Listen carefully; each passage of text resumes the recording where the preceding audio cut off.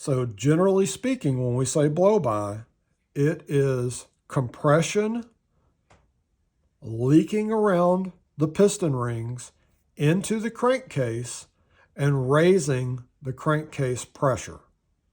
Okay, we're going to start at our cylinder head. Not the best drawing, but I hope you kind of get the idea. So you've got this pressure coming through. It's coming through here. We're wearing that valve, the valve stem. When the valve opens, it's coming down into the cylinder, right? And filling that cylinder with the debris that's compressed into that air and potentially damaging the valve and the valve seat, okay? Now, past the cylinder itself, right? So we have our cylinder here, and in the cylinder, we have a piston, right? All right, so in the piston, we have the first ring, the second ring, the third ring, okay? Probably a wristband of some sort. This is going to be a diesel engine, so it's going to have a bowl-shaped piston. So there you go. So there's our piston. It's inside the cylinder. Now, we know that our valve up here, our intake valve, is flowing that air into the cylinder, right? And this particular bit of air is contaminated with dust, right?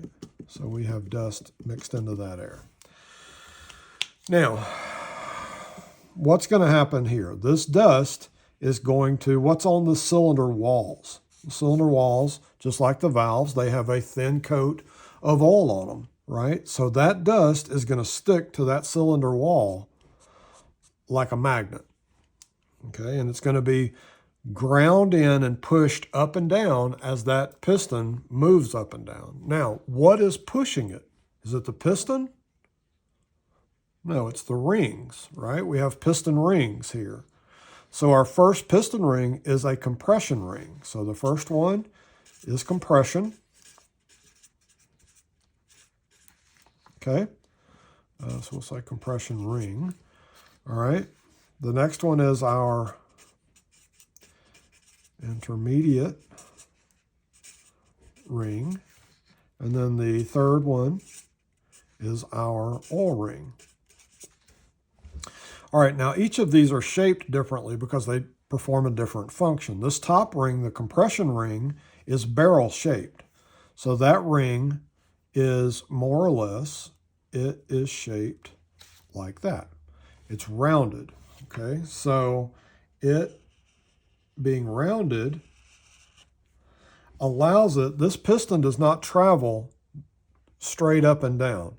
It moves. It shifts in the cylinder slightly. Now remember that you have to compress these rings. When that piston goes in, these rings are compressed. And they're compressed specifically to keep that surface sealed tight against that wall, the wall of that cylinder. And that's the reason why the compression ring is shaped the way it is. The leading edge, if you look at it edge on, you'll see that it is barrel shaped like that. It's curved. And the reason why is so that as it moves, only about 40% of the entire sealing surface on a good clean ring, compression ring, only about 40% of that surface is actually contacting the cylinder wall. So we have that about 40% right there contacting that cylinder wall. Now what happens if this is subjected to contaminated, or let's say this ring is subjected to contaminants. So now we have silica and metals and other things stuck to our cylinder wall. As this ring moves up and down, what happens? It turns into sandpaper, basically, right? So that the barrel shape of that ring becomes more flattened out, like that. So as the piston moves, now This is barrel shaped because as the piston moves, you always have that 40% touching the cylinder wall, always. So you always have a consistent compression. Once you file away the leading edge or the rounded edge of that ring, now you start to lose that compression because it's not always flush. As the piston moves up and down, the edge may be more like this, right, on there. So you don't have a good sealing surface on the face of it. That's not the best picture there, but you kind of get the idea. So as that happens, now we're going to start to leak compression. Now remember, when this piston comes up and we have ignition, the ignition force, that gas is dramatically, the compression inside the cylinder is dramatically increased during combustion. So that those combustion gases are going to fly around, at least a part of them are going to fly around that compression ring. It's okay though, because we have an intermediate ring behind it. It's also a carbon ring that can catch some of that compression. Now the carbon ring, it is more wedge shaped. Okay, it's kind of more shaped like that, more like a wedge. Okay. So the same thing can happen with it though, because let's think about the top edge of this piston. Okay, so we have the top edge right there with our ring poking out. Those contaminants, let's use blue. Those contaminants are building up, I shouldn't have used blue, it's too dark, between that ring and the cylinder wall. As the ring wears down, now we have contaminants on the back side of it, right?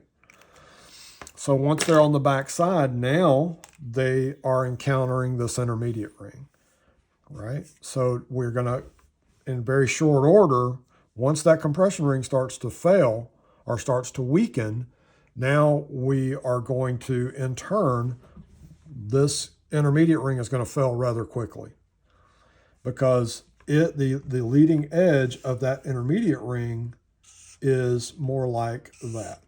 Okay, it's very small. So that debris has plenty of room right here to build up and inevitably get around it. And as it gets around it, it's going to file it down. So you'll see one of these rings, you can see that ring completely flat. Sometimes the same with this one. You can see that ring completely flat as well in the worst case scenarios. So that last ring here has no hope. And now we have gases bypassing both of those during combustion, okay? And what happens when they hit this ring? This oil ring is nothing more than an oil ring. The only thing it does, the oil ring, if you haven't seen one, is it looks like two kind of flat or tapered rings that are kind of wedged like that are very thin, okay? And then they have a coil between them. And what that does is two things. First off, as oil splashes up into the cylinder wall, this ring is going to push that oil down and keep it from moving up into the cylinder. It's also going to hold oil in that coil and lubricate the walls of the cylinder wall, okay? But what do you think happens when you have combustion gas blasting that ring? It blows all the oil away from it, right? So now you're blowing all of the oil off of that oil ring. So what's happening? You have increased friction. So increased friction leads to increased heat. So now you're going to start wearing the liners, start to score the inside of those liners. But what's happening here is those combustion gases are leaking around these down into the crankcase, and they have to go somewhere. So that's where your blow-by would be coming from.